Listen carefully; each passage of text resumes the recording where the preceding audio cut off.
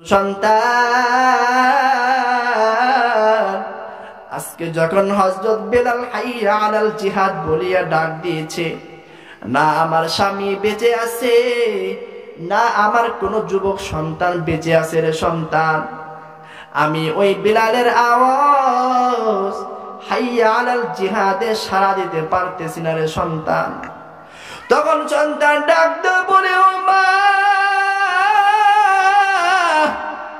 আমি সন্তান হয়তো বয়সে ছোট, আজকে তুমি আমাকে ওই পয়গম্বরের যে ডাক এসেছে হাইয়া আলাল জিহাদ, ও মা তুমি আমাকে নিয়ে যাও।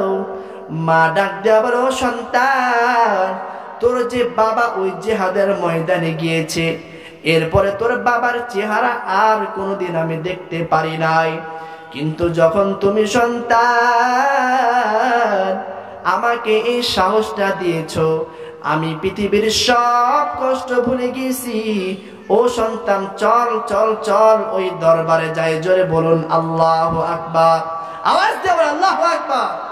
আলহামদুলিল্লাহি নাহমাদুহু ওয়া নাস্তাঈনুহু ওয়া নাস্তাগফিরুহু ওয়া নু'মিনু বিহি ওয়া নাতাওয়াক্কালু আলাইহি ওয়া নাউযু বিল্লাহি মিন শুরুরি আনফুসিনা ওয়া মিন সাইয়্যাতি আ'মালিনা। মান ইয়াহদিহিল্লাহু ফালা মুদিল্লা লাহু ওয়া মান ইউদ্লিলহু ফালা হাদিয়া লাহু। ونشهد أن سيدنا وسندنا وحبيبنا وطبيب قلوبنا ومولانا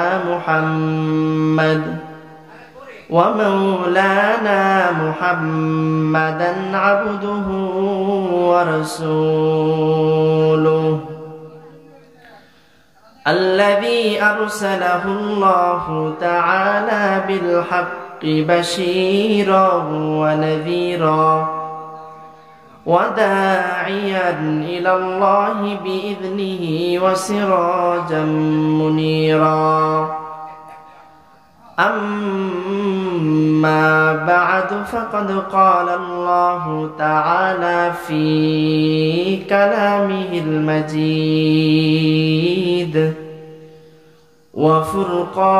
وفرقانه الحميد. أعوذ بالله من الشيطان الرجيم. بسم الله الرحمن الرحيم.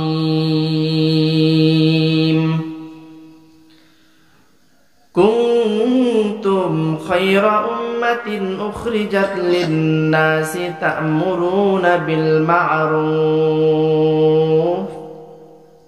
وقال رسول الله صلى الله عليه وسلم: لا يؤمن أحدكم حتى أكون أحب إليه من والده وولده والناس أجمعين. صدق الله مولانا العظيم وصدق رسوله النبي الكريم، ونحن على ذلك من الشاهدين والشاكرين والذاكرين، والحمد لله رب العالمين. سبحانك لا علم لنا إلا ما علمتنا إنك أنت العليم الحكيم. رب اشرح لي صدري ويسر لي أمري واحلل عقدة من لساني يفقه قولي. رب يسر ولا تعسر وتمم علينا بالخير. اللهم صل على روح محمد في الأرواح وعلى جسد محمد في الأجزاء وعلى قلب محمد في القلوب وعلى قبر محمد في القبور सूरज ने दिया अपनी शुआओं का पैगाम सूरज ने दिया अपनी शुआओं का पैगाम दुनिया है अजब चीज़ों को भी सुबह को भी शाम दुनिया है अजब चीज़ों को भी सुबह को भी शाम तो दुनिया में हो दुनिया का तलबगार नहीं हो तो दुनिया में हो दुनिया का तलबगार नहीं हो बाजारों से गुजर हो खरीदार नहीं हो बाजारों से गुजर हो खरीदार नहीं हो उल्फत में बराबर के वफा हो के जफा हो उल्फत में बराबर के वफा हो के जफा हो हर चीज में लज्जत है अगर दिल में मजा हो हर चीज में लज्जत है अगर दिल में मजा हो ला इलाहा इल्लल्लाह मुहम्मद रसूल ला इलाहा इल्लल्लाह ला इलाहा इल्लल्लाह ला इलाहा इल्लल्लाह ला इलाहा इल्लल्लाह ला इलाहा इल्लल्लाह ला इलाहा इल्लल्लाहु मुहम्मदुर রাসূলুল্লাহ সাল্লাল্লাহু আলাইহি ওয়াসাল্লাম। এর মধ্যে সবথেকে উত্তম স্থান হাদিসের ভাষ্য অনুযায়ী জান্নাতি বাগান, জান্নাতি মজমা, যে জায়গার মধ্যে কোরআন ও হাদিসের আলোচনা করা হয় ওই জায়গাটা জান্নাতি মজলিস। তো আল্লাহ রাব্বুল আলামিন আমাদেরকে কবুল করেছেন, এজন্য সকলে একবার কালিমাতুশ শুকর আদায় করি, সকলে জোরে সোরে বলি আলহামদুলিল্লাহ। লক্ষ কোটি দুরূদ ও সালাম আকায়ে নামদার তাজদারে মদিনা আহমদ মুস্তাফা মুহাম্মদুর রাসূলুল্লাহ সাল্লাল্লাহু আলাইহি ওয়াসাল্লামের উপর। সেই সাথে আরো শুকরিয়া আদায় করছি যাদের অক্লান্ত পরিশ্রমের মাধ্যমে আজকের এত সুন্দর একটি আয়োজন আমরা পেয়েছি। যে যেভাবে সাহায্য সহযোগিতা করেছেন, কেউ শ্রম দিয়ে, কেউ বুদ্ধি দিয়ে, কেউ টাকা দিয়ে, কেউ পয়সা দিয়ে, যে যেভাবে সাহায্য সহযোগিতা করেছেন আল্লাহ রাব্বুল আলামিন সকলকে কবুল করেন, সকলে বলে আমিন। দেখেন, আপনার মতো আমার মতো হাজারো মানুষ এই মহল্লার মধ্যে আছে কি নাই? কিন্তু তারা এই জান্নাতি মজমা, জান্নাতি বাগানে আসার সুযোগ পায় নাই। একসাথে আমরা উঠেছি, বসেছি, চলেছি, সবকিছুই করেছি, তবুও এই দ্বীনের মজমায়, দ্বীনি মারকাজে আসার তৌফিক তাদের হয় নাই। তো আল্লাহ রাব্বুল আলামিন আমাদেরকে কবুল করেছেন, এইটা একমাত্র আল্লাহ রাব্বুল আলামিনের মায়া এবং ইহসান। যারা বলেন সুবহানাল্লাহ। হাদিস শরীফের মধ্যে আসছে, আল্লাহ রাব্বুল আলামিন যাকে ভালোবাসেন, যার উপরে দয়া করেন, মায়া করেন, তাকেই একমাত্র দ্বীনের বুঝ দান করেন। জোরে বলেন সুবহানাল্লাহ। আমি কোরআনুল কারীম থেকে একটি আয়াতে কালিমা তেলাওয়াত করেছি। আল্লাহ রাব্বুল আলামিনের তৌফিকে ওই আয়াতের আলোকে সামান্য আলোচনা করার চেষ্টা করব ইনশাআল্লাহ। আল্লাহ রাব্বুল আলামিন বক্তা এবং শ্রোতা সকলকে আমলের নিয়তে শোনার তৌফিক দান করেন, সকলে বলে আমিন। এবং এমন দোয়া আমরা করি যেন বক্তা সাহেবের মুখ থেকে এমন কথা বের হয় যে কথার মাধ্যমে আমাদের হেদায়েত নসিব হয়, যে কথার মাধ্যমে আমাদের উপকার হয়, দুনিয়া এবং আখিরাত উভয় জগতেই যেন আমরা সম্মানিত হইতে পারি, এমন কথা আল্লাহ রাব্বুল আলামিন বের করে দেন। সকলে বলে আমিন। আল্লাহ রাব্বুল আলামিন এই বান্দাকে এবং আখিরি নবীর উম্মতকে কত শ্রেষ্ঠত্ব দান করেছেন, কত মর্যাদা দিয়েছেন, কেমন মর্যাদায় ভূষিত করেছেন। আল্লাহ রাব্বুল আলামিন নিজেই কোরআন শরীফের মধ্যে বলেছেন, কুনতুম খায়রা উম্মাতিন উখরিজাত লিন-নাস তা'মুরুনা বিল মা'রুফি ওয়া তানহাউনা আনিল মুনকার। আমি আল্লাহ তাআলা এই উম্মতি মুহাম্মাদীকে সব থেকে শ্রেষ্ঠত্ব দান করেছি। জোরে বলুন সুবহানাল্লাহ। এই পৃথিবীর বুকে সাইয়্যিদুনা হযরত আদম আলাইহিস সালাতু ওয়াস সালাম হইতে হযরত ঈসা আলাইহিস সালাতু ওয়াস সালাম পর্যন্ত যত উম্মত দুনিয়ার মধ্যে আসছে, সব নবীর উম্মতের মধ্য থেকে আল্লাহ রাব্বুল আলামিন এই উম্মতে মুহাম্মাদীর উম্মতদেরকে সবথেকে বেশি শ্রেষ্ঠত্ব দান করেছেন। জোরে বলুন সুবহানাল্লাহ। কেন শ্রেষ্ঠত্ব দান করেছেন এই কথাটাও আল্লাহ তাআলা এই আয়াতের শেষের দিকে বলে দিচ্ছেন, তা'মুরুনা বিল মা'রুফি ওয়া তানহাউনা আনিল মুনকার।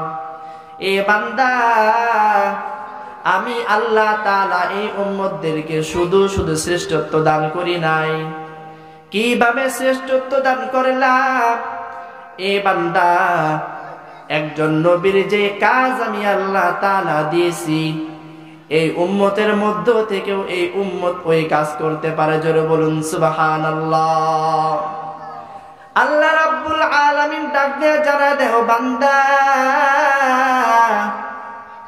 আমি আল্লাহ তাআলা পূর্বের জামানার নবীদের যে কাজ দিয়েছিলাম, ওই নবীদের একটাই মাত্র কাজ ছিল, ও বান্দা, তার একমাত্র আমি আল্লাহ তাআলার ইবাদতের দিকে মানুষকে ডাকবে। জোরে বলুন সুবহানাল্লাহ।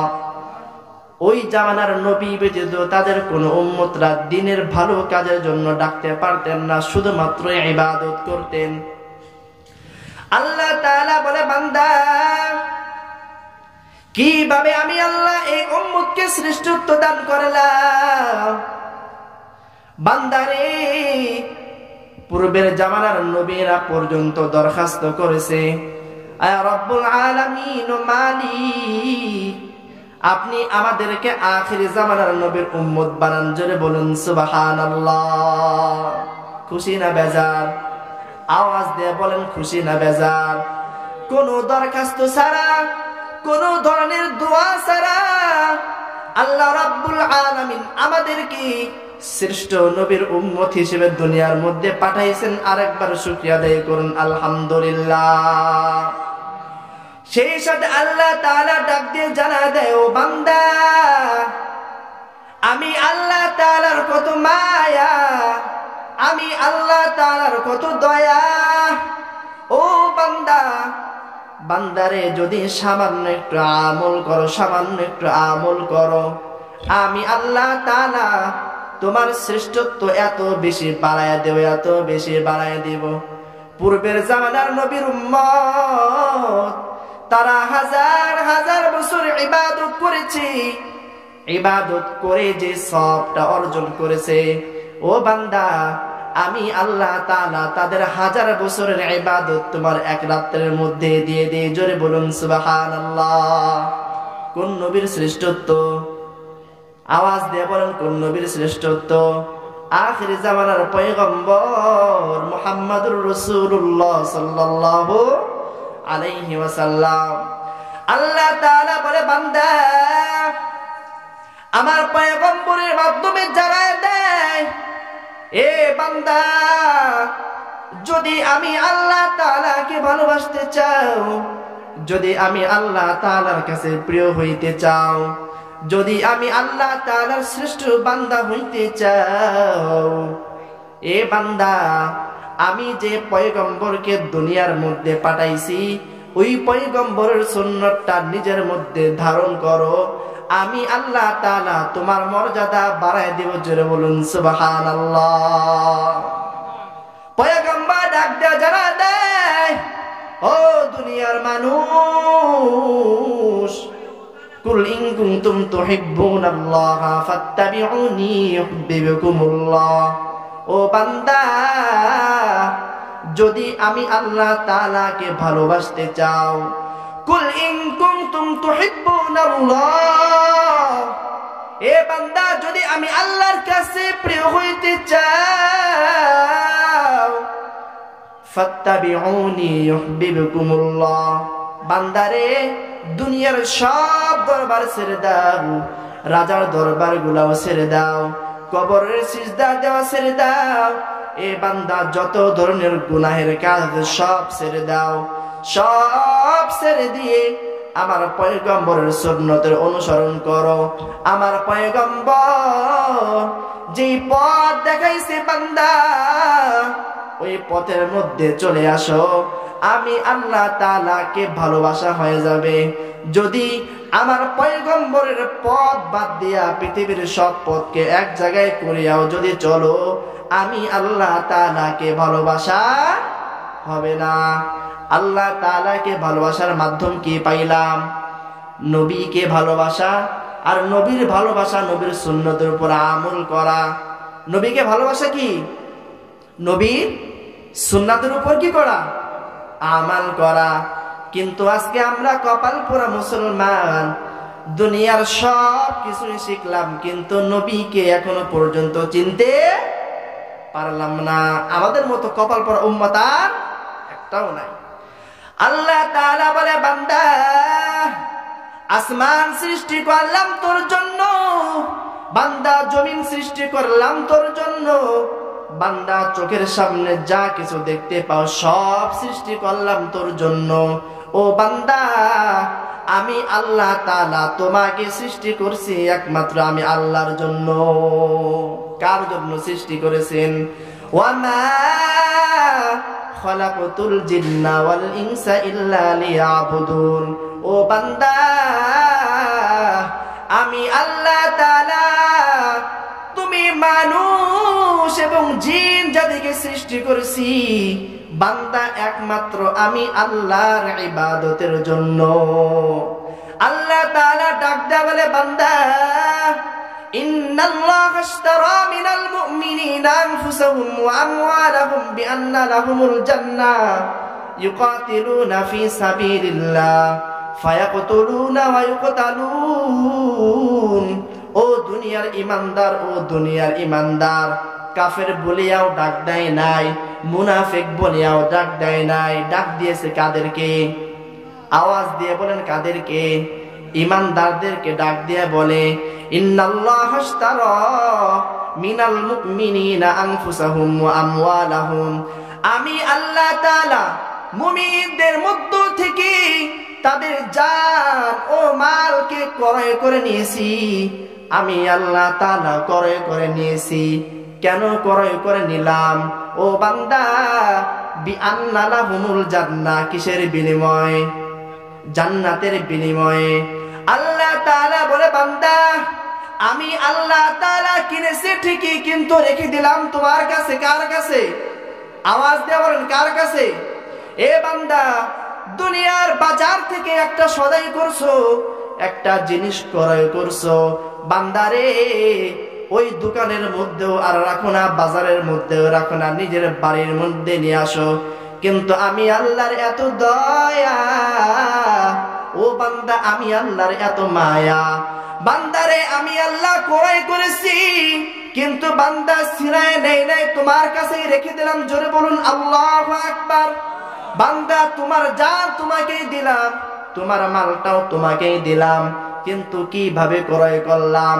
ও বান্দা, যদি আমি আল্লাহ তাআলা যে পথটা দেখায় দিয়েছি, আমার পয়গম্বর যে পথের মধ্যে চলতে বলেছি, ও বান্দা, যদি তুমি ওই পথের মধ্যে চলো, ও বান্দা, আমি আল্লাহ তাআলা কিনে নেওয়ার পরেও যেমন তোমার কাছে রেখে দিলাম, ও বান্দা, তোমার জানও নেই নেই, তোমার মালও নেই নাই, কিন্তু বান্দা আমার রাস্তায় চলার কারণে বান্দা মারা যাইতে দেরি, বান্দা আমার জান্নাতের মধ্যে ঢুকতে দেরি হয় না। আওয়াজ দেও আল্লাহু আকবার। আল্লাহ রাব্বুল আলামিন বলে, বান্দা ইন্নাল্লাহা আশতারা মিনাল মুমিনিন আনফুসাহুম ওয়া আমওয়ালাহুম বিআন্না লাহুমুল জান্নাহ ইউকাতিলুনা ফি সাবিলিল্লাহ। ও বান্দা, আমার যে সমস্ত বান্দাগুলো আমি আল্লাহর রাস্তায় চলে আসবে, এ বান্দা যে সমস্ত বান্দাগুলা নিজের জান মাল কুরবানি করে দিবে, এ বান্দা এমন একটা সময় এই আয়াতগুলো নাজিল হয় যে সময়ের মধ্যে আরবের মধ্যে মূর্তি পূজা শিরকে ভরপুর, মানুষ তাদের নিজের বাপ দাদার ধর্ম ছেড়ে আরেকটা ধর্ম নতুন করে গ্রহণ করবে বড় কঠিন হয়ে গিয়েছিল। ওই সময় আল্লাহ তাআলা ডাক দেয়া বলে, বান্দা যদি নিজের নফসটাকে কুরবানি করতে পারো, যদি নিজের নফসটাকে কুরবানি করো আর আমার পয়গম্বরের ডাকে সাড়া দাও, ও বান্দা আমি আল্লাহ তাআলার রাস্তায় হিজরত করো, আমি আল্লাহ তাআলার রাস্তায় জিহাদ করো, ও বান্দা সব কিছু সহ্য করার মতো ক্ষমতা আমি আল্লাহ তোমার মধ্যে দিয়ে দিব। আর আমি আল্লাহ তাআলা এই ক্ষমতা দেওয়ার কারণে একজন কালো হাবশী গোলাম হওয়া সত্ত্বেও তার আওয়াজ কোথায় শোনা যায়? আওয়াজ দিয়ে বলেন কোথায়? জান্নাতের মধ্যে। পয়গম্বর গেছে মেরাজে আল্লাহ তাআলার সাথে দেখা করতে। যখন এই জান্নাত ভ্রমণ করতেছি, জান্নাত ভ্রমণ করার সময় সামনে থেকে কার যেন হাঁটার আওয়াজ শোনা যায়, জোরে বলুন আল্লাহু আকবার। আল্লাহ তাআলা ডাক দেয়া বলে, ও পয়গম্বর, যখন পয়গম্বর জিবরাইল আলাইহিস সালাতু ওয়াস সালামকে ডাক দেয়, ও ভাই জিবরাইল, জান্নাতের মধ্যে শুধুমাত্র তুমি আর আমি আর তুমি, কিন্তু তৃতীয় ব্যক্তির যে আওয়াজ, এই হেঁটে চলার আওয়াজটা কার? তখন জিবরাইল ডাক দেয়া বলো, পয়গম্বর, ও কোন নবী নয়, আগের জামানার কোন নবীর উম্মত নয়, এ হচ্ছে আপনার একজন হাবশী গোলাম হযরত বেলাল। আল্লাহু আকবার।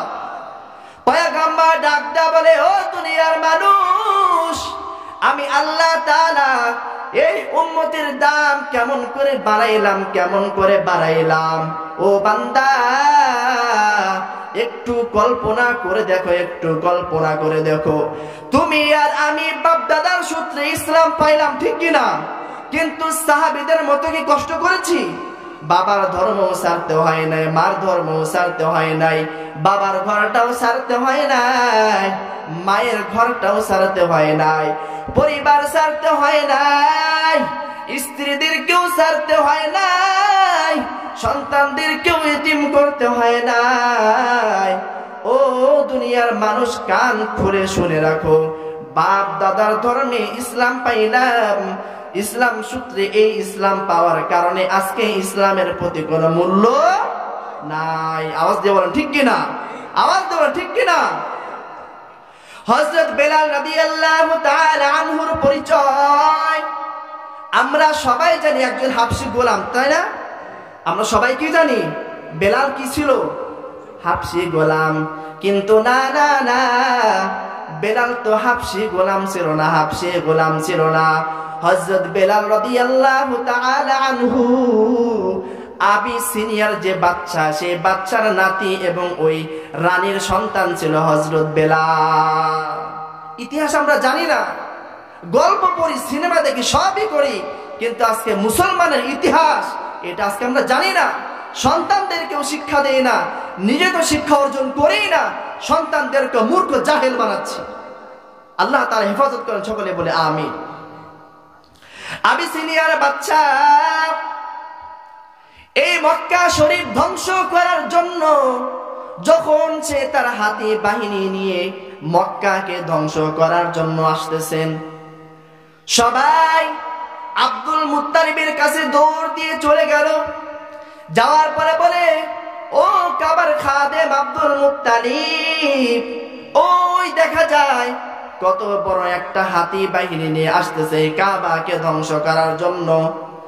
আবু তালিব কাবার পাশে দাঁড়াইয়া দোয়া করে, ও কাবার মালিক, আমরা পৃথিবীর সবাই যদি একসাথে চেষ্টা করে কাবাকে রক্ষা করতে পারবো না, ও কাবার মালিক, তোমার কাবাকে তুমি কিভাবে রক্ষা করবা সেটা তুমি জানো। জোরে বলুন আল্লাহু আকবার।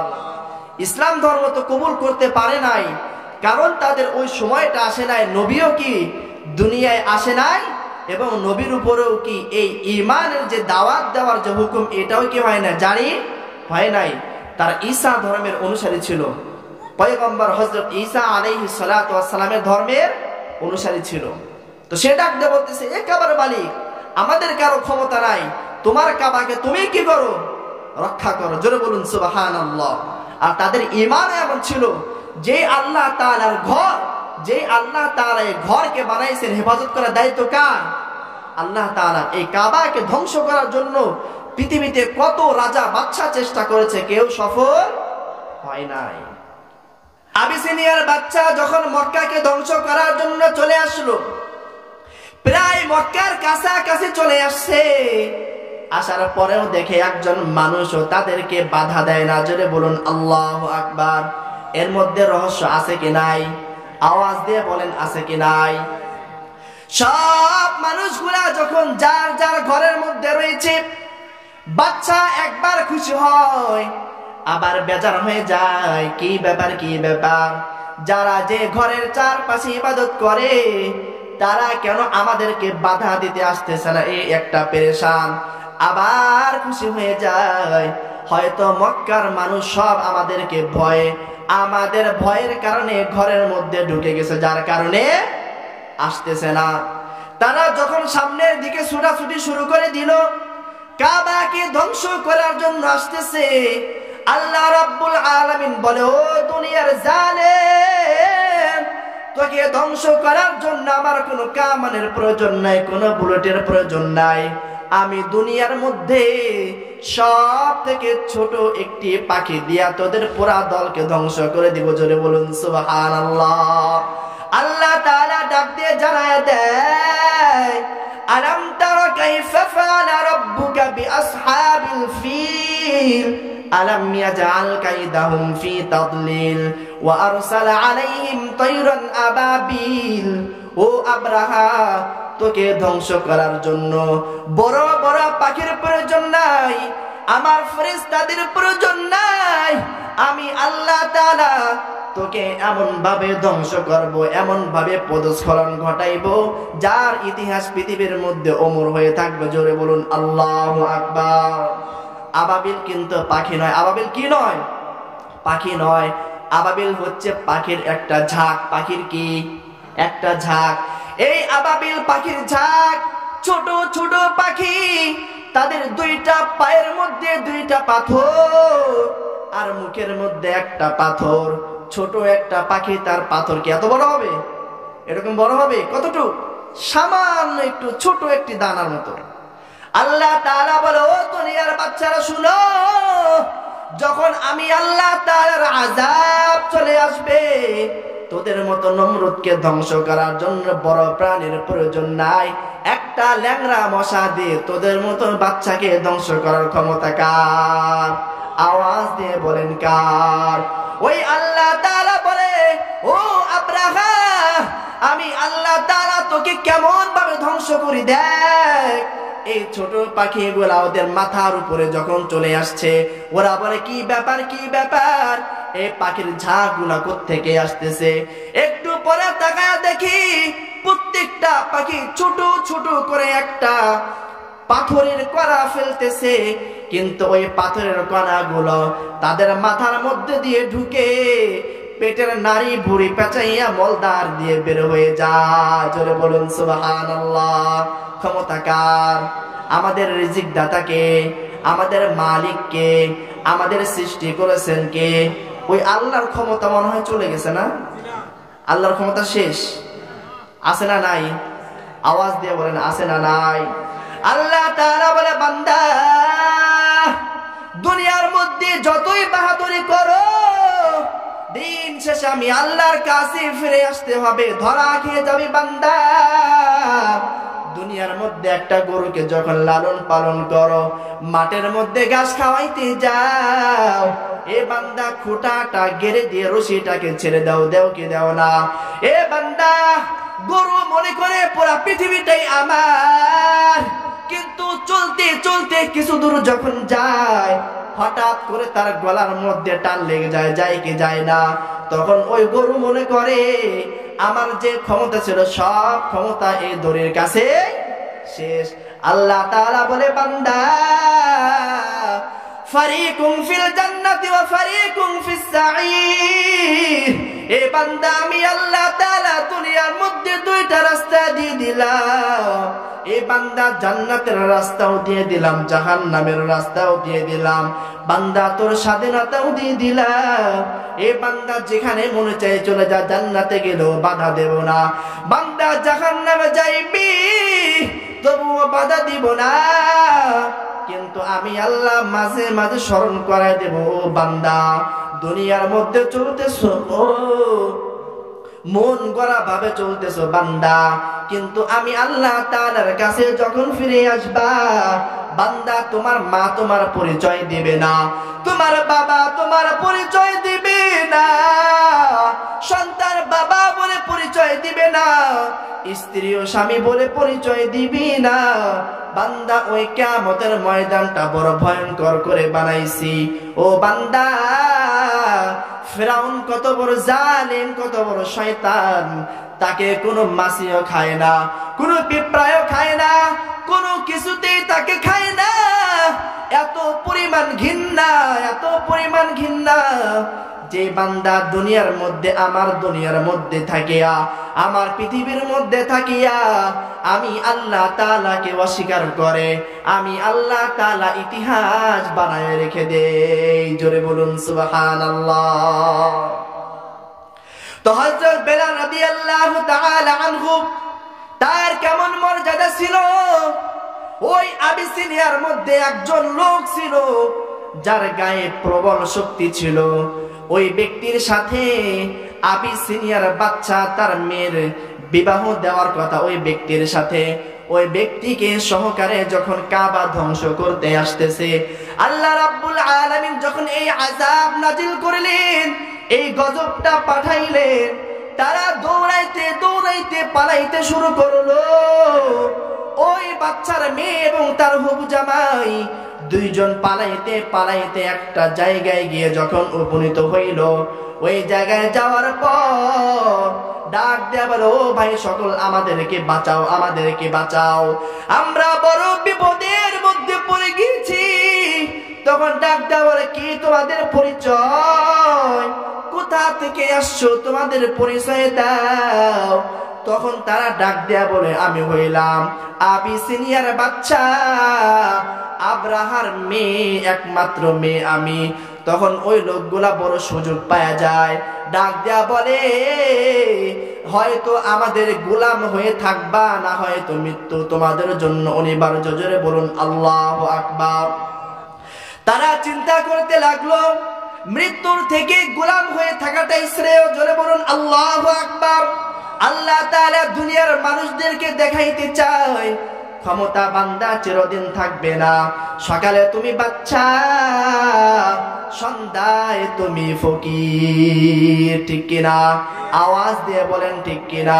কিছুদিন আগে আমরা দেখেছি ঢাকা শহরে গুলিস্তানের মধ্যে বঙ্গ মার্কেট, নাম শুনেছি কিনা? এক আগুন ধরায় যে ব্যক্তি রাত্রে যখন বিজনেস করে ব্যবসা করে বাসায় যাচ্ছে, হাজার হাজার কোটি টাকার মালিক, এক রাত্রে আগুন এসে ফকির হয়ে গিয়েছে। জোরে বলুন ঠিক কিনা? আল্লাহ রাব্বুল আলামিন বলে, বান্দা আমি আল্লাহ তাআলার মায়ের কিন্তু বড় কঠিন। জোরে বলুন আল্লাহু আকবার। যখন তারা দরজায় গিয়ে বলে, আমাদেরকে বাঁচাও, হয় গোলাম না হয় মৃত্যু, হয় গোলাম না হয় মৃত্যু। কিছুদিন তাদের কাছে রাখার পর আরবের একটা ঘাটি তারা ব্যবসার উদ্দেশ্যে যাইতেছে। যাওয়ার পর ওই ব্যবসার বণিকদের কাছে ওই হবু জামাই এবং রানীকে বিক্রি করে দেয়। বিক্রি করে দেওয়ার পর ওই রানী এবং হবু জামাইকে ক্রয় করে আরবের একজন বড় ব্যবসায়ী উমাইয়া ইবনে খলফ। সে ক্রয় করে যখন নিয়ে আসার পরে গোলাম বানায় রাখলো। এরপরে তাদের বিবাহ হয়।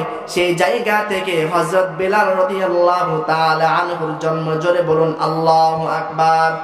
একটু আগেই ছিল বাচ্চার মেয়ে রানী, কিছুক্ষণ পরে হয়ে গেল গোলাম। কি হয়ে গেছে? গোলাম হয়ে গিয়েছে। আর এই হযরত বেলাল সে কোনো গোলাম ছিল না, কোনো গোলাম ছিল না, সে ছিল একজন রানীর সন্তান। হযরত বেলাল কে ছিল? আবিসিনিয়ার বাদশা আব্রাহার নাতি হযরত বেলাল। এই জায়গা থেকে গোলামের সন্তান তো গোলামি হয়, গোলামের সন্তান কি হয়? গোলামি হয়। ওই জায়গা থেকে হযরত বেলাল রাদিয়াল্লাহু তাআলা আনহুর নামের সাথে এই গোলামের লকব পড়ে যায়। সেই জায়গা থেকে আমরা সবাই জানি সে কি? গোলাম। কিন্তু আসলে কি ছিল না? গোলাম ছিল না। এই হযরত বেলাল মক্কার জমিনে আসার পর সারাদিন মালিকের কাজ করে, সারাদিন মালিকের কাজ করে। কাজ শেষে একটু বাহিরে যায়। হঠাৎ করে দেখে একদিন রাস্তার পাশে একটা সুদর্শন যুবকের সাথে সাক্ষাৎ হয়ে যায়। ওই যুবকের মুখ দিয়ে কত সুন্দর কালাম, যে কালাম একবার কানের মধ্যে যায় মানুষগুলা বড় পাগল হয়ে যায়। জোরে বলুন আল্লাহু আকবার। আরবের বড় বড় নেতারা আবু জাহেল, উতবা, সাইবা সবাই বলা শুরু করে দিল, ও দুনিয়ার মানুষ, ও আরবের মানুষ, আমাদের আরবের মধ্যে একজন পাগলের আবির্ভাব হয়েছে।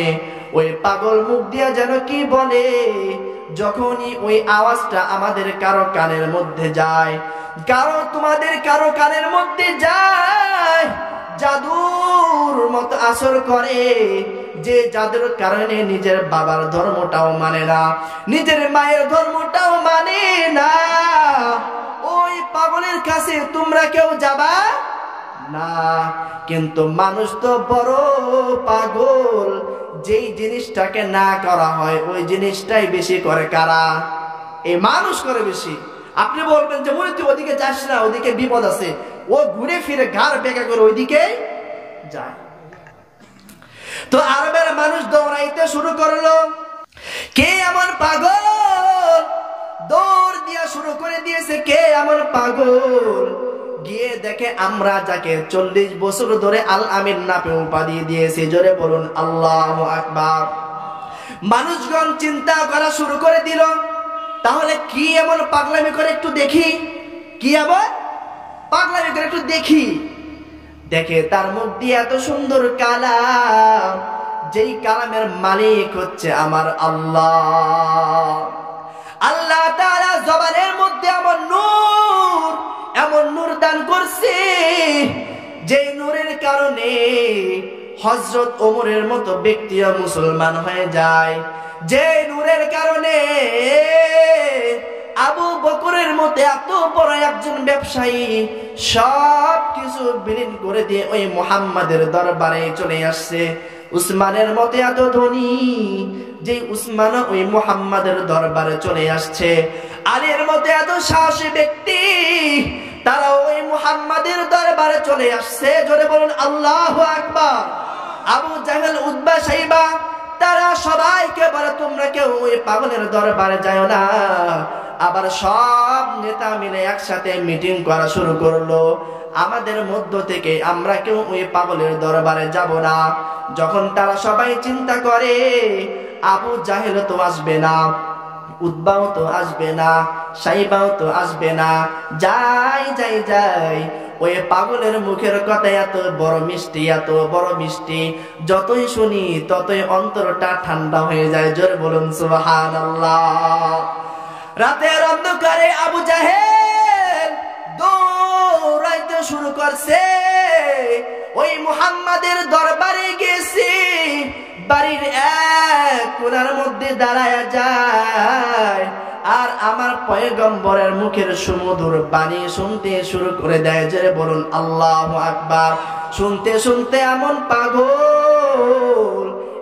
পাগল হয়ে যায় যে ফজরের আজান দিয়ে দেয়, সুবহে সাদেক হয়ে যায়। জোরে বলুন আল্লাহু আকবার। চিন্তা করা শুরু করে দিল, আমরা একজন নেতা, আমরা নেতা হওয়ার পরেও যদি মুহাম্মাদের দরবারে আসি, আর যদি আমাদের আরবের মানুষজন যদি দেখে নেতা হয়ে মুহাম্মাদের দরবারে যায়, তাহলে সব মানুষগুলা আমাদেরকে নেতা বাদ দিয়া ওই মুহাম্মাদের ধর্ম কবুল করে নিবে। জোরে বলুন আল্লাহু আকবার। সকালে যখন সবাই বাসায় যাইতে যায়, প্রতিমধ্যে দেখা হয়ে যায়, আবার সবাই মিলে মিটিং করে, ও আবু জাহেল তুমি কেন এইখানে? আবু জাহেল বলে, কেন তোমার না আসার কথা না, তুমি কেন এইখানে? উতবা ডাকতে বলে, কি ব্যাপার, কি ব্যাপার, তোমাদের তো কারো আসার কথা নাই, কেন তোমরা এইখানে? সবাই আবার মিটিং করিয়া সিদ্ধান্ত নেয়, আজকে থেকে আমাদের মধ্য থেকে আর কেউ আসবো না। আবার সবাই চিন্তা করে, আজকে তো শক্তভাবে মিটিং করেছি, কেউ যাব না। আবার রাত্রি যখন গভীর হয়, বালিশের মধ্যে মাথা লাগায়, ঘুম আর আসে না, ঘুম আর আসে না। আল্লাহু আকবার। বালিশের মধ্যে যখনই মাথা লাগায়, মুহাম্মাদুর রাসূলুল্লাহ সাল্লাল্লাহু আলাইহি ওয়াসাল্লামের কণ্ঠ ভেসে আসে, পাগলের মতো ঘর সারিয়া বাড়ি সারিয়া আবার মুহাম্মাদের দরবার। জোরে বলুন আল্লাহু আকবার। আবার দৌড় দিয়ে সবাই এক জায়গায় হয়ে যায়, আবার শক্তভাবে তারা মিটিং করে ওয়াদাবদ্ধ হয়, আর কেউ আসবো না, আর কেউ আসবো না। এইভাবে চলতে চলতে 2 দিন হয়ে যায়, 3 দিন হয়ে যায়। সবাই কার দরবারে? মুহাম্মাদের দরবারে। আল্লাহ তাআলা বলে, ও বান্দা, আমার নবীকে আমি আল্লাহ তাআলা এত মর্যাদা দিয়েছি, আলহামদুলিল্লাহি রাব্বিল আলামিন। ও বান্দা, আমি আল্লাহ তাআলা এই পুরা আলমের রব। জোরে বলুন আল্লাহু আকবার। আর আমি আমার পয়গম্বরকে বানাইলাম, ওয়া মা আরসালনাকা ইল্লা রাহমাতাল লিল আলামিন।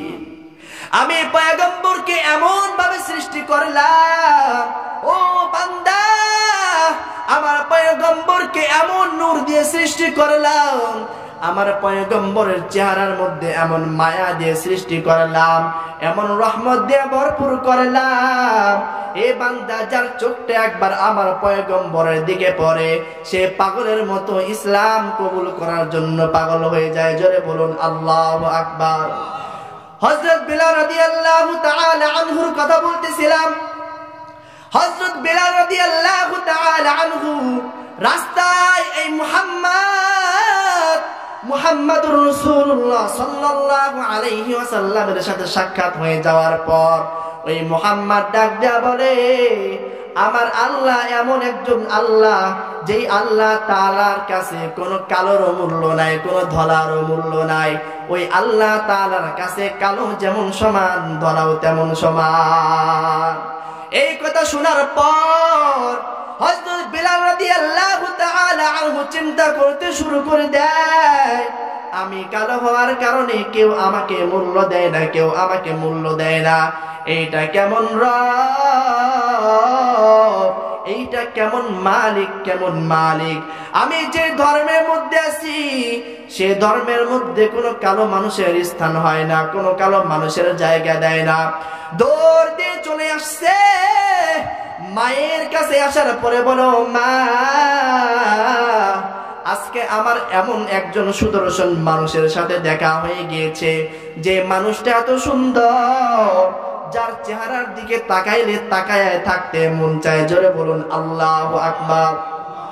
ওই মানুষটা ডাক দেয়া বলে, তার নাকি এমন একজন রব, এমন একজন রব রয়েছে, ওই রবের কাছে কালো মানুষের মূল্য যেমন, ধলা মানুষের মূল্য তেমন, ধনী মানুষের মূল্য যেমন, গরিব মানুষের মূল্য তেমন, রাজার মূল্য যেমন, গোলামের মূল্য তেমন। জোরে বলুন আল্লাহু আকবার।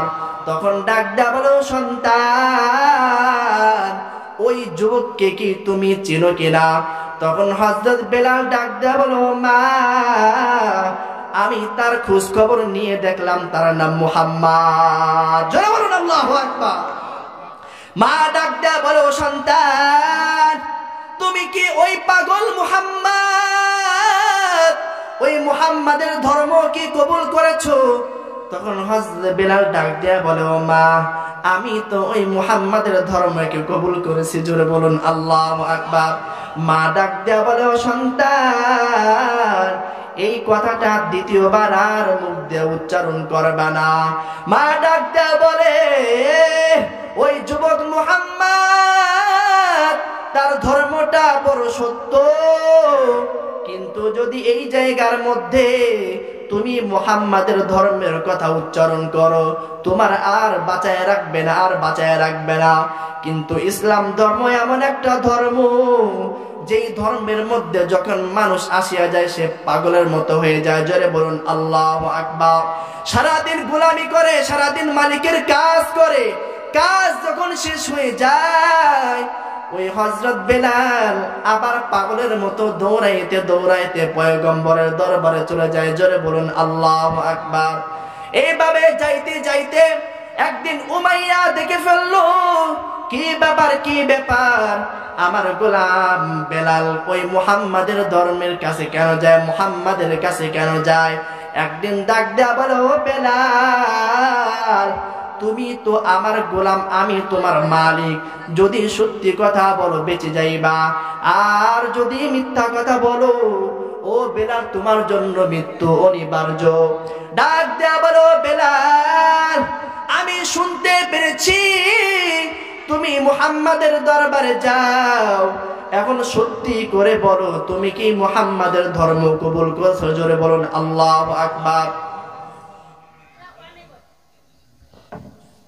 হযরত বেলাল রাদিয়াল্লাহু তাআলা আনহু একজন গোলাম হওয়ার পরও মালিকের সামনে বলিষ্ঠ কণ্ঠে আওয়াজ দিয়ে বলে, আপনি আমার মালিক হইতে পারেন ঠিকই, আপনি আমার মৃত্যুর ভয় দেখাইতে পারেন ঠিকই, কিন্তু আমি এক ফোঁটাও মিথ্যা কথা বলবো না। আমি আপনার গোলাম, আমি ওই মুহাম্মাদের ধর্মকে কবুল করে নিয়েছি। জোরে বলুন আল্লাহু আকবার। এর পরের থেকেই হযরত বেলাল রাদিয়াল্লাহু তাআলা আনহুর উপরে এত পরিমাণ নির্যাতন শুরু হয়ে গেল। ইতিহাসে বলে, ওই সময়, যেই সময় হযরত বেলাল রাদিয়াল্লাহু তাআলা আনহু ইসলাম ধর্ম কবুল করেছে, বেলালের মতো আরো সাহাবী ইসলাম ধর্ম কবুল করেছে, কিন্তু যেই সময় ইসলাম ধর্মটা এখনো প্রচার হয় নাই, মানুষের মাঝে এতটাও ছড়াই নাই, কিন্তু হযরত বেলাল শুরুর দিকে এইভাবে ইসলাম কবুল করার কারণে বেলালের নামটা কোথায়? ইতিহাসের পাতায়। কোথায়? ইতিহাসের পাতায়। আল্লাহ তাআলা ডাক দেয়া বলে, বান্দা, যখনই বান্দা আমার এই দ্বীনের নূর তোমার মধ্যে ঢুকবে, বান্দা পৃথিবীর সব কিছু এক সাইডে চলে যাইবে, আর বান্দা আমি আল্লাহ এবং আমার পয়গম্বর তোমার কাছে বেশি প্রিয় হয়ে যাইব। আর পয়গম্বর ডাক দেয়া বলেন, ও দুনিয়ার মানুষ, লা ইউমিনু আহাদুকুম হাত্তা আকুনা আহাব্বা ইলাইহি মিন ওয়ালিদিহি ওয়া ওয়ালাদিহি ওয়ান নাসি আজমাইন। ও দুনিয়ার মানুষ, খেয়াল করিয়া শোনো, খেয়াল করিয়া শোনো, যতক্ষণ না পর্যন্ত তুমি তোমার নিজের পিতা মাতা, দুনিয়ার সমস্ত মানুষ এবং তোমার নফস থেকেও আমি পয়গম্বরকে বেশি ভালোবাসতে না পারবা, ততক্ষণ পর্যন্ত তুমি কামেল ঈমানদার হইতে পারবা না। হযরত বেলাল রাদিয়াল্লাহু তাআলা আনহু ইসলামটাকে এমন ভাবে কবুল করেছে, উমাইয়া ডাক দেয়া বলে, বেলালকে আটকা ফেলো, পায়ের মধ্যে শিকল দাও। খেজুর গাছের সাথে হযরত বেলাল রাদিয়াল্লাহু তাআলা আনহুকে বেঁধে রাখলো। আর বেলালের মাকে ডাক দেয়া বলে, তোমার ওই সন্তানকে এক ফোঁটাও খাবারও দিবা না, পানিও দিবা না। জোরে বলুন নাউযুবিল্লাহ। একজন মায়ের জন্য কত কষ্ট, যখন তার মায়ের সামনে তার সন্তানকে কষ্ট দেওয়া হয়, মার হাত পাও থাকা সত্ত্বেও কিছু করতে পারে না। এইভাবে এই শোকে শোকে শোকে শোকে হযরত বেলাল রাদিয়াল্লাহু তাআলা আনহুর মা দুনিয়া থেকে বিদায় হয়ে যায়। এই শোকে শোকে হযরত বেলাল রাদিয়াল্লাহু তাআলা আনহুর উপর এত পরিমাণ নির্যাতন। 3 দিন হয়ে গেল, বেলালের খাবার দেয় না, বেলালের খাবার দেয় না। 3 দিন পরে যখন বেলালের কাছে যায়, যাওয়ার পরে বলে, ও বেলাল, ও বেলাল, ওই মুহাম্মাদের ধর্মকে ছেড়ে দাও। তুমি আমার এমন অনুগত একজন গোলাম, তোমার কোনো ভুল নাই, তোমার কাজের মধ্যে কোনো কমতি নাই। ও বেলাল, তোমার একটাই দোষ, তুমি মুহাম্মাদের ধর্মকে কবুল করেছো। তুমি মুহাম্মাদের ধর্মকে ছেড়ে দাও, তাহলে আমি তোমার উপর থেকে সমস্ত শাস্তিকে উঠায় নিয়ে যাইব। বেলাল রাদিয়াল্লাহু তাআলা আনহু ডাকতে বলো, মালিক, তুমি আমাকে যতই কষ্ট দাও, আমার মধ্য থেকে এই ঈমানকে বিন্দু পরিমাণ ছিনায় নিতে পারবা না। জোরে বলুন আল্লাহু আকবার। হযরত বেলাল ডাকতে বলেন, যতই কষ্ট দাও, আমি মুহাম্মাদের ধর্মটা আর ছাড়ব না। উমাইয়া চিন্তা করলো, এই সাধারণ শাস্তির কারণে হয়তো ওর ভিতরে কোনো, এই বেলালের ভিতরে কোনো কষ্ট নাই, তার কষ্টের মাত্রাকে আরো বাড়ায় দাও। হযরত বেলাল রাদিয়াল্লাহু তাআলা আনহুকে প্রতিদিন হাত পা বেঁধে আরবের ওই মরুভূমির মধ্যে নিয়ে রেখে দেয়। এরপরও বেলাল একবারও বলে না আমি আল্লাহ তাআলার ধর্মকে ছেড়ে দিব, আমি মুহাম্মাদের ধর্মকে ছেড়ে দিব। যখন তাকে খাবারও দেয় না, পানিও দেয় না, শরীরটা বড় দুর্বল হয়ে গেছে।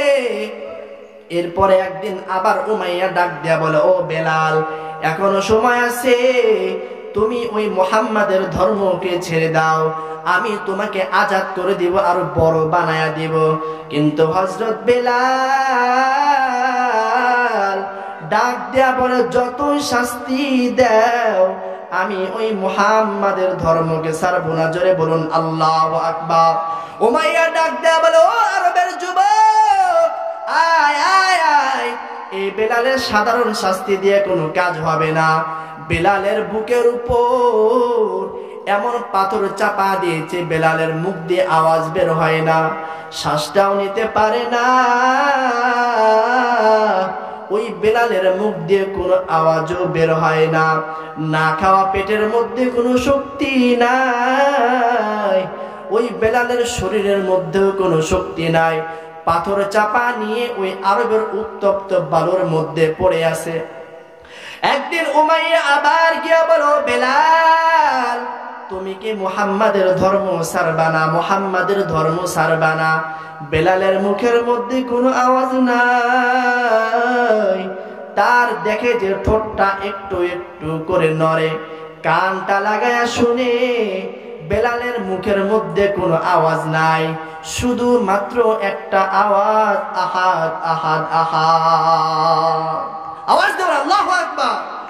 হযরত বেলাল রাদিয়াল্লাহু তাআলা আনহু মুখের মধ্য থেকে যখন এই আহাদ আহাদ আহাদ শব্দ বের হয়, আল্লাহ আল্লাহ শব্দ যখন বের হয়, উমাইয়া ডাক দেয়া বলে, ও বেলাল, তোরে সাধারণ শাস্তি দিলে কোনো কাজ হবে না।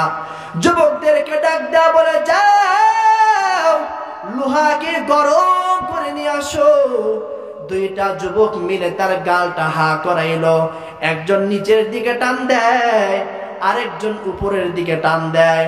দেখে বেলালের জিহ্বাও নড়ে না, ভিতরে ছোট একটা জিহ্বা, ওই জিহ্বাটা আস্তে আস্তে নড়ে, আর তার মধ্য থেকে আহাদ আহাদ বের হয়। উমাইয়া উত্তপ্ত গরম লাল টকটকে আগুনের ওই শিখাকে বেলাল রাদিয়াল্লাহু তাআলা আনহুর জিহ্বার মধ্যে ঠেসে ধরেছে। জোরে বলুন নাউযুবিল্লাহ। তারা এইভাবে ইসলামের জন্য কষ্ট করেছেন, তবুও তারা কখনো ঈমান থেকে দূরে সরে যায় নাই। আর আমাদেরকে একটা কথা বললে, ইসলাম কি জিনিস, মুহাম্মদ কি জিনিস, ইসলাম ধর্ম কি জিনিস, সাথে সাথে আমার জেহেন থেকে চলে যায়। আওয়াজ দিয়ে বলেন ঠিক কিনা?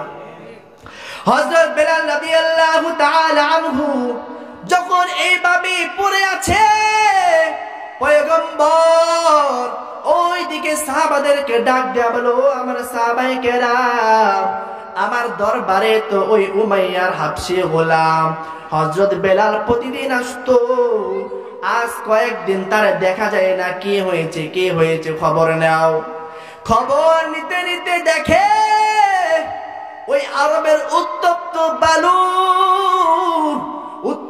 বালুর মধ্যে বেলালকে ফেলায়া কাঠের মধ্যে আগুন লাগায়া বেলালের মাজার মধ্যে সেক দেয়। একবার ডান পাশে সেক দেয়, এই শরীরের চামড়ার নিচে এক ধরনের তৈলাক্ত পানি রয়েছে। ওই তৈলাক্ত পানি পড়ে পড়ে ওই কাঠগুলো নিভে যায়। জোরে বলুন আল্লাহু আকবার। আবার যখন বাম পাশে দেয়, ওই বাম পাশের ওই আগুনের কাঠটাও আবার নিভে যায়। এইভাবে মাজার উপরেও সেক দেয়, গোশত গুলা পুড়ে পুড়ে হাড্ডি গুলা বের হয়ে যায়। পয়গম্বরের দরবারে সাহাবায়ে কেরাম দৌড় দিয়ে গিয়ে বলো, পয়গম্বর ওই বেলালকে দেখলাম ওই মরুভূমির উত্তপ্ত বালুর মধ্যে ফেলাইয়া আগুন দিয়ে সেক দেয়। পয়গম্বর ডাক দেয়া বলো, সাহাবায়ে কেরাম আমার ওই বেলালকে যে আজাদ করবা সে জান্নাতে। জোরে বলুন আল্লাহু আকবার। হযরত আবু বকর বাড়ির দিকে দৌড় দেওয়া শুরু করে দিয়েছে, আরেক সাহাবায়ে কেরাম দৌড়াইতে শুরু করছে। তার কাছে কোনো টাকা নাই, কোনো সম্পদ নাই, তার কাছে শুধুমাত্র একটু জমিন ছিল। ওই জমিনটা বিক্রি করার জন্য দৌড়ায়। একটা কাফেরের সাথে দেখা হওয়ার পর তার কাছে ওই জমিনটা বিক্রি করে দেয়। কত দিরহামের মূল্য? মাত্র 200 দিরহামের মূল্যে বাগানটা তার ওই জমিটা বিক্রি করে দেয়। বিক্রি করে দেওয়ার পর পয়গম্বরের দরবারে দৌড়াইতে শুরু করলো। হযরত আবু বকর রাদিয়াল্লাহু তাআলা আনহু দুইটা riwayat পাওয়া যায়। একটা riwayate হযরত আবু বকর রাদিয়াল্লাহু তাআলা আনহু একজন শক্তিশালী যুবক, একজন শক্তিশালী গোলামকে নিয়ে হাজির হয়ে যায়। আর এক riwayateর মধ্যে পাওয়া যায় হযরত আবু বকর রাদিয়াল্লাহু তাআলা আনহু সে 200 দিরহাম নিয়ে ওই উমাইয়ার কাছে দৌড় দিয়ে চলে যায়। জোরে বলুন আল্লাহু আকবার। ডাক দিয়ে বলো, উমাইয়া তোমার গোলামকে কিনতে চাই। এমন ভাবে তাকে নির্যাতন করেছি, শরীরটা নড়ে না, মুখ থেকেও কোনো আওয়াজ বের হয় না, চোখটাও খোলে না। উমাইয়া মনে করছে যে হযরত বেলাল মারা গিয়েছে, কিন্তু হযরত বেলাল তো মারা যায় নাই। শাস্তি দেওয়ার পরেও বাঁচিয়ে রাখার মালিক কে? আওয়াজ দিয়ে বলেন কে? ওই বেলাল রাদিয়াল্লাহু তাআলা আনহুর কথা চিন্তা করে উমাইয়া বলতে লাগলো, এই মৃত্যু ব্যক্তিকে যদি আমি বিক্রি করে দেই, ওকে তো রেখে আর কোনো লাভ নাই, যেই কয় টাকা বিক্রি করব এইটাই আমার জন্য লাভ। কিন্তু হযরত আবু বকর তারা চিন্তা করতে শুরু করে দিয়েছে। পয়গম্বর বলেছে যে হযরত বেলালকে ক্রয় করবে, তার জন্য জান্নাত ওয়াজিব হয়ে যাবে। জোরে বলুন আল্লাহু আকবার। হযরত বেলাল ডাক দেয়া বলে, আমি হযরত আবু বকর ডাক দেয়া বলে, আমি তোমার গোলামকে ক্রয় করতে চাই, কত দিরহাম? পরে বলে, তুমি বলো কত দিরহাম দিবা? কয় 30 দিরহাম। কয় না না না। কয় 50 দিরহাম। কয় না না না। কয় 70 দিরহাম। কয় না না না। কয় 100 দিরহাম দেব। কয় নিয়ে যাও। আরেকটা riwayatের মধ্যে আছে 200 দিরহাম দিয়ে ক্রয় করে। হযরত আবু বকর রাদিয়াল্লাহু তাআলা আনহু হযরত বেলাল রাদিয়াল্লাহু তাআলা আনহুকে ক্রয় করে যখন নিয়ে আসলো, নিয়ে আসার পরে যখন পয়গম্বরের দরবারে নিয়ে আসে, নিয়ে আসার পরে পয়গম্বর বলেন, ও বেলাল, আজ থেকে তুমি আল্লাহ তাআলার পক্ষ থেকে আযাদ। জোরে বলুন আল্লাহু আকবার। আওয়াজ দিয়ে বলুন আল্লাহু আকবার। পয়গম্বর যখন এই কথা বলে, হযরত আবু বকর পয়গম্বরের দরবারটা ছেড়ে আস্তে আস্তে চলে যায়। বেলাল আবার আবু বকরের পিছন ধরেছে। কিছুদিন যাওয়ার পরে দেখে বেলাল তার পিছনে পিছনে আসতেছে। ডাক দেয়া বলে, ও বেলাল, তোমাকে তো আজাদ করে দেয়া হয়েছে, কেন তুমি আবার আমার পিছনে আসতেছো? ডাক দেয়া বলো, আবু বকর, আমি দেখেছি তুমি আমাকে ক্রয় করে নিয়ে আসছো, আমি এখন তোমার গোলাম আর তুমি আমার মালিক। আবু বকর ডাক দেয়া বলো, ভাই বেলাল, আমি তো তোমাকে যে ক্রয় করেছি জান্নাতের বিনিময়। কিসের বিনিময়? আওয়াজ দিয়ে বলেন কিসের বিনিময়? আল্লাহ তাআলা তোমাকে আজাদ করে দিয়েছে, আমি আবু বকর তোমাকে আজাদ করে দিলাম। আল্লাহু আকবার বলে। হযরত আবু বকর যখন হযরত বেলাল রাদিয়াল্লাহু তাআলা আনহুকে আজাদ করে দিলেন, দৌড় দিয়ে আবার পয়গম্বরের দরবারে চলে যায়, পয়গম্বরের চেহারার দিকে তাকায়া থাকে আর বলে, ও পয়গম্বর, এমন একটা ধর্ম গ্রহণ করেছি, পেটের মধ্যে খাবার থাকে না, শরীরের মধ্যেও শক্তি থাকে না, কিন্তু যে আল্লাহর নাম যখন আমি একবার আল্লাহ বলে ডাক দেই, মনে হয় আমার শরীরের মধ্যে ঐশী শক্তি আসে। জোরে বলুন আল্লাহু আকবার। কোন নবীর উম্মত? আওয়াজ দেওয়ার কোন নবীর উম্মত? মুহাম্মদুর রাসূলুল্লাহ, আখির জামানার পয়গম্বরের উম্মত। জোরে বলুন আল্লাহু আকবার। আমরা কোন নবীর উম্মত? আওয়াজ দেওয়ার কোন নবীর উম্মত? কিন্তু কপাল পোড়া মুসলমান, যে কালিমা পড়ে ঈমান আনতে হয়, আজকে আমার ওই কালিমাই শুদ্ধ নাই। যে কালিমা পড়ে ঈমান আনতে হয়, ওই কালিমাই কি না আমার শুদ্ধ নাই। কি কষ্টের কথা। আজকে আমরা কেউ বলি লা ইলাহা ইল্লাল্লাহ, লার মধ্যে যে টান আছে, টানটাই আমরা জানি না। লাকে কিভাবে টান দিতে হয়, টান দিলে কি আর না দিলে কি, অর্থই আমি জানি না। আমি কেমন মুসলমান? সূরা ফাতিহা শুদ্ধ নাই, নামাজ পড়তে পারি না, রোজার বিধান জানি না, আমার উপর হজ ফরজ হয়েছে সেই বিধান জানি না। এমন কপাল পরা মুসলমান আমরা। সাহাবায়ে কেরাম কেমন মুসলমান ছিলেন? জান চলে যায় তবুও ঈমান থেকে ফিরে আসে না। জোরে বলুন আল্লাহু আকবার। পয়গম্বরের দরবারে যখন হযরত বেলাল রাদিয়াল্লাহু তাআলা আনহু যায়, আমরা জানি আফ্রিকার মানুষের গলার সুর বড় মিষ্টি হয়, হয় কি হয় না? আওয়াজ দিয়ে বলেন হয় কি হয় না? যদিও কারো গলার কণ্ঠটা বড়ই ভালো, আওয়াজ দিয়ে বলেন ঠিক কিনা? হযরত মুহাম্মদুর রাসূলুল্লাহ সাল্লাল্লাহু আলাইহি ওয়াসাল্লাম হযরত বেলালকে চিকিৎসা করার পর যখন সুস্থ হয়ে যায়, হযরত বেলাল রাদিয়াল্লাহু তাআলা আনহুকে মসজিদে নববীর মুয়াজ্জিন বানায়া দেয়। আল্লাহু আকবার। পয়গম্বর ডাক দেয়া বলো, বেলাল, যদিও তোমার মুখের আওয়াজ বড় মিষ্টি, তোমার মুখের আওয়াজের একটু অস্পষ্টতা আছে, কিন্তু এই মুখের অস্পষ্ট আওয়াজ আমার মালিকের কাছে এত প্রিয়, এত প্রিয়। ও বেলাল, যতক্ষণ না পর্যন্ত তুমি ফজরের আযান না দাও, আমার আল্লাহ ততক্ষণ পর্যন্ত সুবহে সাদিক হয় না।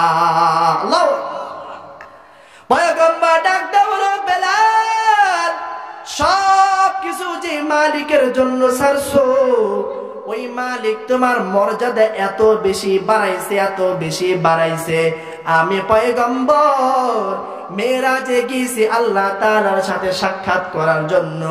ওই জায়গায় গিয়ে তুমি একজন হাবশী গোলাম বেলালের পায়ের আওয়াজ পাও। আল্লাহু আকবার বলে।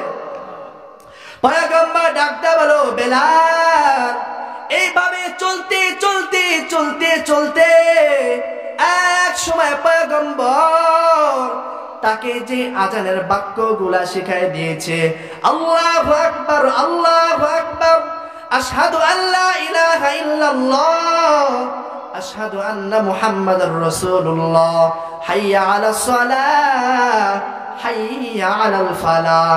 একদিন পয়গম্বর ডাক দে বলো, বেলাল, আজকে তুমি আর হাইয়া আলাস সালাহ, হাইয়া আলাল ফালাহ বলে আজান দিবা না, আজকে তুমি আওয়াজ দাও হাইয়া আলাল জিহাদ। কিসের আওয়াজ?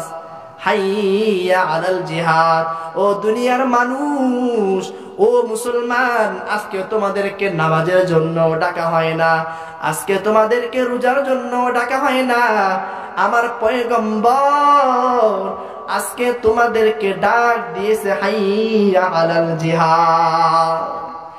এই আওয়াজটা যখন মদিনার মধ্যে ছড়ায় যায়, ওই মদিনার মধ্যে থেকে এক মহিলা সাহাবী তার চোখ দিয়ে গড় গড় করে পানি পড়তেছে, গড় গড় করে পানি পড়তেছে। খেয়াল করিয়া শুনবেন তাদের ঈমান কেমন ছিল, তাদের ঈমানের পাওয়ার কেমন ছিল।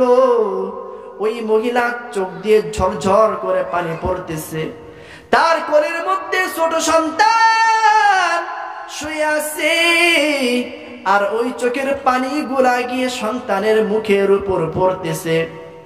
মুখের উপর পড়ার পর সন্তান তার মায়ের চোখের পানি দেখিয়া সন্তানও কান্দে।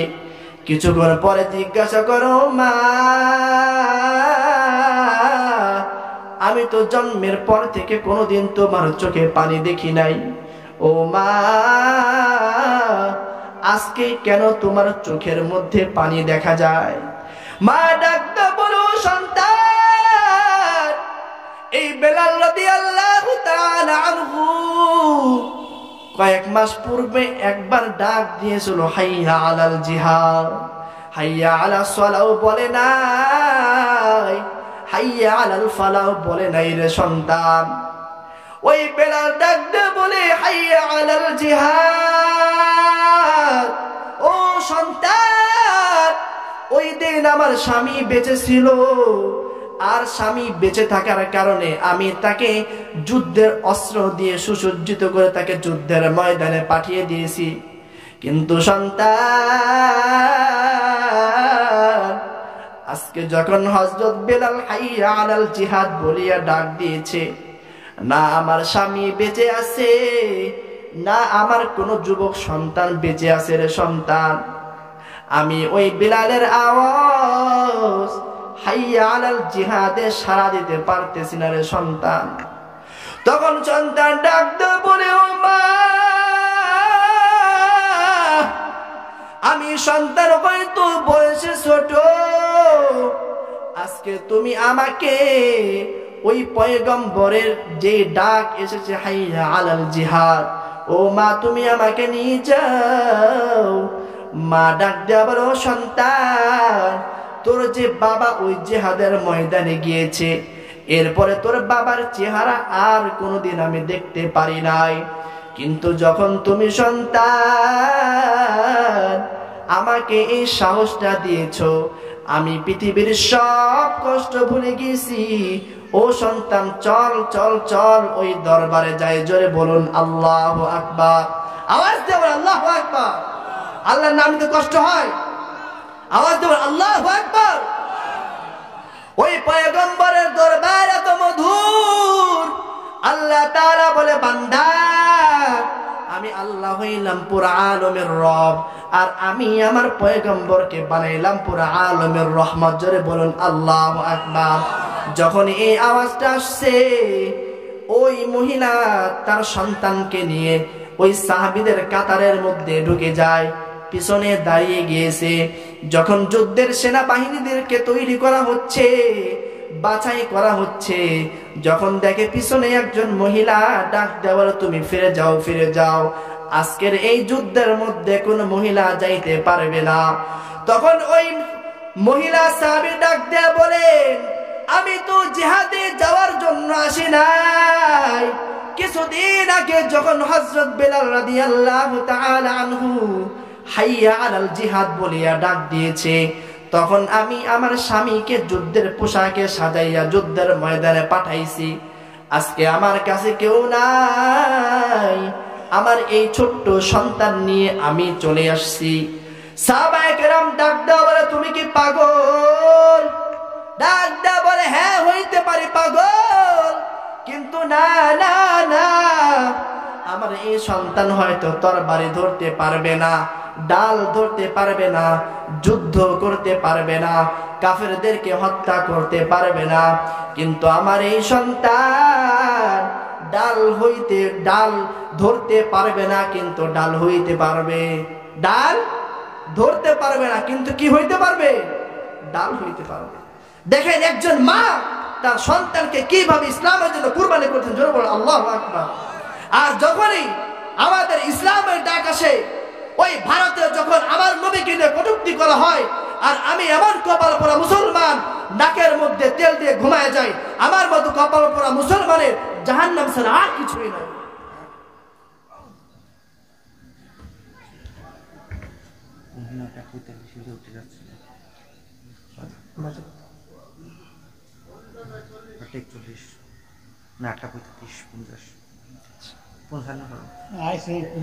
এখানে একটা চেয়ার দিয়ে আমি বলেন সংক্ষিপ্ত করে বলছি, তারা আস্তে আস্তে নিয়ে আসো, শেষ করে দেবো।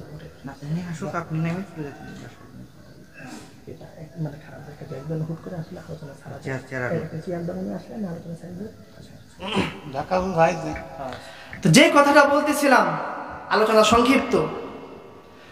তো হযরত বেলাল রাদিয়াল্লাহু তাআলা আনহু যখন হাইয়া আলাল জিহাদ বলে ডাক দিয়েছে, তখন ওই মক্কার নগরী থেকে, ওই মদিনা থেকে প্রত্যেকটা মানুষ পাগলের মতো দৌড়াইতে শুরু করে দিয়েছে যে এই ইসলামকে যেভাবে হোক আমাদেরকে রক্ষা করতে হবে। আর আজকে আমাদের ভিতরে ইসলামের কোনো নাম গ্রন্থ কিচ্ছু নাই, শুধুমাত্র কালিমা একটা পড়েছি, নামাজ নাই, রোজা নাই, হজ নাই, যাকাত নাই, যত ধরনের গুনাহ, টিভির গুনাহ, বিসিআরের গুনাহ, গীবতের গুনাহ, জিনার গুনাহ, প্রেমের গুনাহ, যত ধরনের গুনাহ আছে সব আজকে আমার মধ্যে ভরপুর। সব কি আমার মধ্যে ভরপুর। এইরকম উম্মত হয়ে কোনো লাভ নাই, এরকম উম্মত হয়ে কি কোনো লাভ নাই, কোনোই লাভ নাই। আজকে আমার সন্তান হয় না, দৌড় দিয়ে চলে গিয়েছি মাজারের মধ্যে। কোথায় গিয়েছি? মাজারের মধ্যে সিজদা লাগায় বলি যে বাবা আমারে সন্তান দাও। কি দাও? বাবা আমারে সন্তান দাও। বাবার ক্ষমতা আছে? হ্যাঁ, আওয়াজ দেবো, বাবার ক্ষমতা আছে? দৌড় দিয়ে চলে যায় পীরের দরবারে, পায়ের মধ্যে সিজদা লাগায় বলি ও বাবা আমার সন্তান হয় না, একটা সন্তান দাও। পীরের ক্ষমতা আছে? হ্যাঁ, আওয়াজ দেবো, পীরের ক্ষমতা আছে? যদি কোনো কবরে দেওয়ার ক্ষমতায় থাকতো, কবরের মানুষের দেওয়ার ক্ষমতায় থাকতো, তাহলে সর্বপ্রথম আমার আল্লাহ আমার পয়গম্বরের মধ্যে ক্ষমতা দান করতো। দান করতো কি দান করতো না? আওয়াজ দেওয়ার দান করতো কিনা? কিন্তু ওই পয়গম্বরের দরবারে কাউকে সিজদা দেওয়া দেখেছেন? কখনো নেটে পাইছেন? কোথাও দেখেছেন যে পয়গম্বরের রওজায় গিয়ে সিজদা দিয়েছে? কোথাও পাওয়া যাবে না। তো এই জন্য সকলের কাছে উদারত আহ্বান, এত হুজুর, এত আলেম, এত মুফাসসির, এত তাফসীর কারক, এত মানুষ এত ওয়াজ করে, এত আলোচনা করে, কিন্তু আমাদের কোনো হেদায়েত হয় না। কি হয় না? হেদায়েত হয় না। কেন হয় না? আজকে আমিও মাহফিলে আসছি যেন শ্রোতাদের কাছে ভালো হইতে পারি, আর আমিও মাহফিলে আসছি বক্তার সুর কেমন, সুরটা শোনার জন্য। বক্তার ভিতরেও আমলের নিয়ত নাই, শ্রোতার ভিতরেও আমলের নিয়ত নাই। তো হেদায়েতের নূর কোত্থেকে আসবে? হেদায়েতের নূর কোত্থেকে আসবে? এত বড় একটা প্যান্ডেল করা হয়েছে, আহামরি অনেক বড় না, কিন্তু মানুষ একটাকেও খুঁজে পাওয়া যাচ্ছে না। যখনই খিচুড়ি দেওয়া হবে মানুষের আর জায়গা হবে না। এদের মতো কপাল পোড়া মুসলমান সমাজে আর একটাও নাই। যেই জায়গার মধ্যে দ্বীনের আলোচনা করা হয়, কোরআনের আলোচনা করা হয়, ওই জায়গার মধ্যে যে মানুষগুলো আসতে পারে না, ওই মানুষগুলো সমাজের সব থেকে নিকৃষ্ট ব্যক্তি। জোরে বলুন ঠিক কিনা? হ্যাঁ, আওয়াজ দিয়ে বলুন ঠিক কিনা? এখনো যদি আমরা সতর্ক না হই, ইহুদি, খ্রিস্টান, বেঈমান, মুশরিক, ওরা যেভাবে মুসলমানদের পিছনে লেগে পড়েছে, কিভাবে মুসলমানের ঈমানকে ধ্বংস করা যায়, মুসলমানের ঈমানকে কিভাবে ছিনিয়ে নেওয়া যায়, তারা যত ধরনের শক্তি আছে সব শক্তি ব্যবহার করতেছে কি করতেছে না? আপনাদের ছোট বয়সে যখন সিনেমা দেখতে যাইতেন, কোথায় যাইতেন? আওয়াজ দেবেন, কই যাইতেন? ওই 3 মুল্লুক দূরে কোথায় একটা হল আছে, কবে বাজার করব, কবে পিএস বেচবো, কবে হাতে 2 টাকা আসবে আর সিনেমা হলে যাব। ঠিক কিনা? হ্যাঁ, আওয়াজ দেবেন ঠিক কিনা? তারা চিন্তা করতে শুরু করলো যে মুসলমান কেন ওই মাসে একদিন সিনেমায় আসবে, মাসে একদিন সিনেমায় আসবে, কিভাবে ওদের ঈমান ধ্বংস করা যায়। আস্তে আস্তে ওরা আবিষ্কার করলো ডিশ লাইন টিভি। কি আবিষ্কার করছে? টিভি আবিষ্কার করছে। পরে দেখতেছি কি ব্যাপার, গুটি সংখ্যক কিছু লোক যাদের অর্থ আছে তারা টিভি কিনতেছে, কিন্তু সব মুসলমান তারা আসতেছে না, সব মুসলমান আসতেছে না, মজা পাচ্ছে না।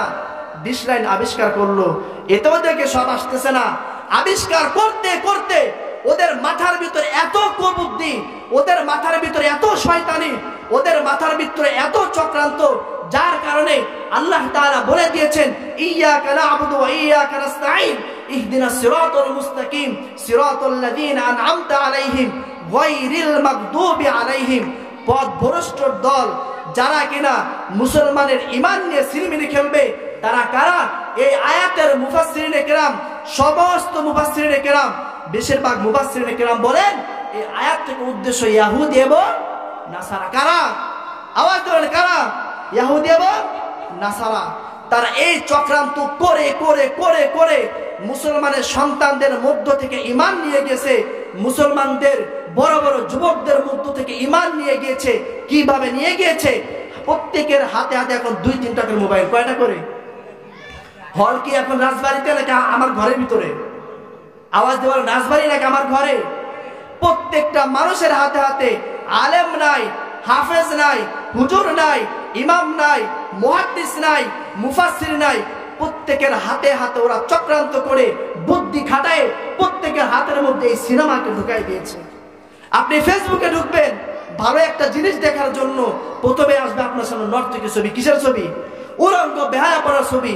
ইউটিউবের মধ্যে ঢুকবেন, সেখানেও উলঙ্গ বেহায়াপনা। যেই জায়গার মধ্যে যাইবেন, ইমোর মধ্যে ঢুকবেন কারোর সাথে কথা বলার জন্য, এত নিকৃষ্ট মানের অ্যাড আসে যাদের শরীরের মধ্যে কোনো জামা কাপড়ই নাই। আওয়াজ দেবেন ঠিক কিনা? তাদের চক্রান্ত এত কঠিন, মুসলমানের সন্তান যেন ঈমান কবুল করতে না পারে। যার কারণে এই মাদ্রাসা, মসজিদ, আগে সকালে মক্তব হইতো, মক্তবে বাচ্চাদেরকে কোরআনের শেখানো হইতো, হাদিস শেখানো হইতো। ওরা আবিষ্কার করলো যে না না না, মুসলমানের সন্তান কেন কোরআন শিখবে? ওরা শিখবে সরওয়াতে অজাগর। কি শিখবে? সরওয়াতে অজাগর। অজাগরতে আসছে তেরে। এটা কি কোনো শিক্ষা হইল? তারা আবিষ্কার করলো ব্র্যাক স্কুল। কি আবিষ্কার করছে? ব্র্যাক স্কুল আবিষ্কার করছে। কত এনজিও, কত সুদ ঘুষ আজকে সমাজের মধ্যে বিস্তার হয়ে গিয়েছে। আমি নিজেও বুঝতেছি না আমি সুদ খাচ্ছি, আমি নিজেও বুঝতেছি আমি ঘুষ খাচ্ছি। আমার জীবনটা পুরো সুদ ঘুষের মধ্যে চলে গিয়েছে। না আছে হাজি সাহেব, না আছে ইমাম সাহেব, সব আজকে সুদের সাথে জড়িত। হজ করে আসছে সুদের টাকা দিয়ে। কিসের টাকা দিয়ে? সুদের টাকা দিয়ে হজ করে আসছে। হজ কবুল হবে? আওয়াজ দেওয়ার, হজ কবুল হবে? হজ কবুল হবে না। আপনি যাই করেন, যেখানে যাচ্ছেন, আজকে মুসলমানের সন্তান চুল কাটে ইহুদি খ্রিস্টানের মতো, পোশাক পরে ইহুদি খ্রিস্টানের মতো। আজকে মুসলমান বিধর্মীদের সংস্কৃতি গ্রহণ করেছে, আর বিধর্মীরা মুসলমানের সংস্কৃতি গ্রহণ করে করে তারা পৃথিবীর মধ্যে সব থেকে পরাশক্তি হয়ে যাচ্ছে। আওয়াজ দিয়ে বলেন ঠিক কিনা? আর আজকে আমরা কপাল করা মুসলমান, না চিনলাম নবীকে, না চিনলাম আল্লাহকে, না চিনলাম আলেম উলামাকে, না চিনলাম হক্কানি পীরকে। কি চিনেছি? চিনেছি সুদ, ঘুষ, জিনা, ব্যভিচার, প্রেম প্রীতি। মায়ের সাথে জিনার গুনাহ করতেছি, মায়ের সাথে অবৈধতা করতেছি। আজকে মায়ের খেদমত করি না, বাবার খেদমত করি না, মুরব্বীদের সম্মান করি না। কেন এই অধঃপতন? কেন? সব কিছুর মূলে ইহুদি খ্রিস্টানের সূক্ষ্ম চাল, যেটা আমরা আমাদের জন্য মনে করি এটাই আধুনিকতা। এটা কি আধুনিকতা? বড় আফসোসের বিষয়। কেন বুঝতেছি না? এত ওয়াজ, এত কিছু কেন বুঝি না আমরা? সবাই একই কথা বলে, ফিরে আসো, মাজার থেকে ফিরে আসো। যে সমস্ত ভণ্ড পীর আছে, কিছু কিছু ভণ্ড পীর আছে, তারা বলে যে কওমি উলামায়ে কেরাম, অন্যান্য পীর মাশায়েখ, তারা আছে শরীয়তের মধ্যে। শরীয়তের মধ্যে নামাজ পড়তে হয়, রোজা রাখতে হয়, হজ করতে হয়, যাকাত দিতে হয়। কিন্তু আমরা আছে মারিফতের মধ্যে। কোথায়? কত বড় শয়তান! মারিফতের মধ্যে নামাজ রোজা লাগে না। কি লাগে না? নামাজ রোজা লাগে না।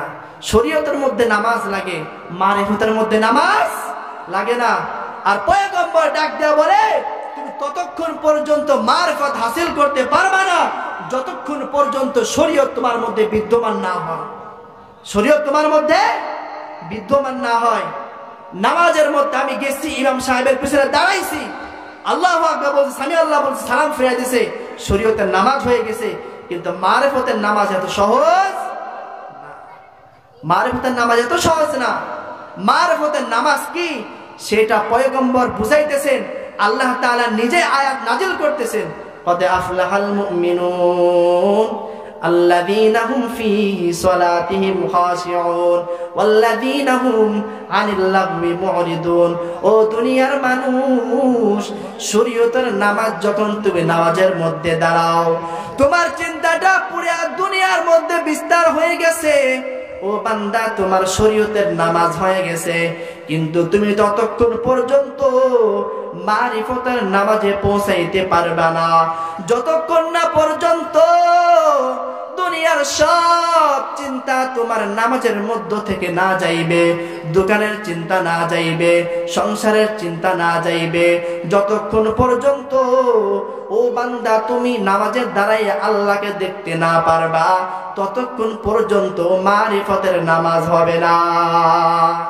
আর নামাজের মধ্যে দাঁড়াই সংসারের হিসাব মাথায়, দোকানের হিসাব মাথায়, মাঠের হিসাব মাথায়, বিদেশের হিসাব মাথায়, সব হিসাবগুলা মাথার মধ্যে চলে আসে। এই চিন্তা নিয়ে নামাজ পড়লে নামাজ কতটুকু হবে আমার? কেউ নামাজ পড়ে 10-এর মধ্যে 1 পায়, কেউ 10-এর মধ্যে 2 পায়, কেউ 10-এর মধ্যে 5 পায়, কেউ 10-এর মধ্যে 10 পায়। যখন আমি সব চিন্তা ছেড়ে একমাত্র আমার রবের কুদরতি পায়ে সিজদা দিব, আর আমার কুদরতি আল্লাহ তাআলা কুদরতি পায়ে সিজদা দেওয়ার কারণে আল্লাহ তাআলা কুদরতি হাত দিয়ে আমার মাথাটা উঠায় ধরে বলবে, বান্দা তুমি আমার জন্য ইবাদত করেছো, আমি আল্লাহ তোমার জন্য সব দিয়ে দিলাম। জোরে বলুন আল্লাহু আকবার। আমাদের প্রধান মেহমান চলে আসছে, সকলে একবার স্বাগত তাকবীর।